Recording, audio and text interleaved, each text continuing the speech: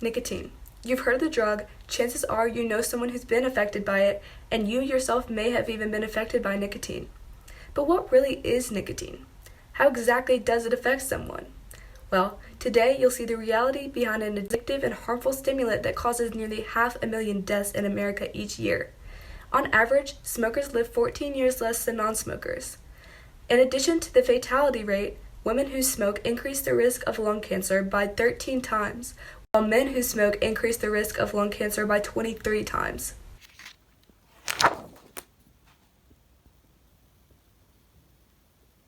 Behind these truths, however, lies a new hope.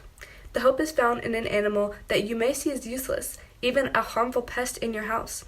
Thanks to the mouse, research is made possible for saving more and more lives and making people and scientists aware of the harmful effects of many drugs, nicotine being one of them.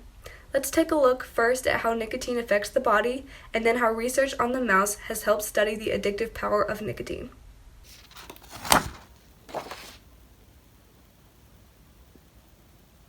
First, a nicotine product is either inhaled or consumed. Then, the nicotine is absorbed by mucosal linings throughout your mouth and inside the nose. Immediately during and after inhalation, the drug passes through lung membranes and into the bloodstream. The bloodstream allows nicotine to make its way to your heart, further to your arteries, and to the brain.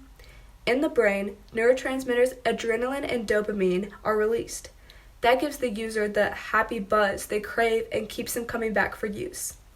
In a study published in November 2004, Henry A. Lester and his colleagues in California at the Institute of Technology uncovered some surprising truths about nicotine effects that may not have been possible without the mouse.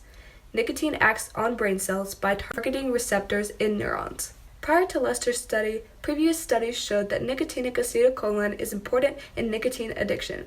The study performed by Lester and his team used a genetically mutated mouse to discover that animals with a mutation in the alpha-4 subsection were particularly sensitive to nicotine's harmful effects. Mice with the mutation showed signs of addiction at lower doses than normal mice did. This study on mice proved evidence on the addictive power that could potentially give reasons to why some humans react differently and become more addicted to nicotine than other humans. Lester quotes, "I personally believe that nicotine addiction will be among the first addictions to be solved because we already have so many tools to study it." End quote. Mice being a powerful source, this helps deepen the knowledge we have about the drug and further be able to provide this information to the public ear. Doing so would possibly decrease the use of nicotine and be able to provide more and more help to those already suffering from addiction. I happen to have personal ties with someone who used to smoke regularly. That person was my mom. She does not smoke anymore. However, smoking cigarettes often used to be a norm for her years ago. Thanks to the mouse providing more and more information on how nicotine affects the body, my mom was able to understand why nicotine was so harmful and that smoking is not a good habit to have. Thank you to all the mice involved in scientific research to help better human lives all over the world. Thank you to the scientists who diligently work and study to help end today's addictions. As Lester believes, nicotine addiction will be solved, and I can say that I agree, thanks to little creatures that help us deepen our knowledge about how addiction really works so it can be fixed. There is hope for a bright future.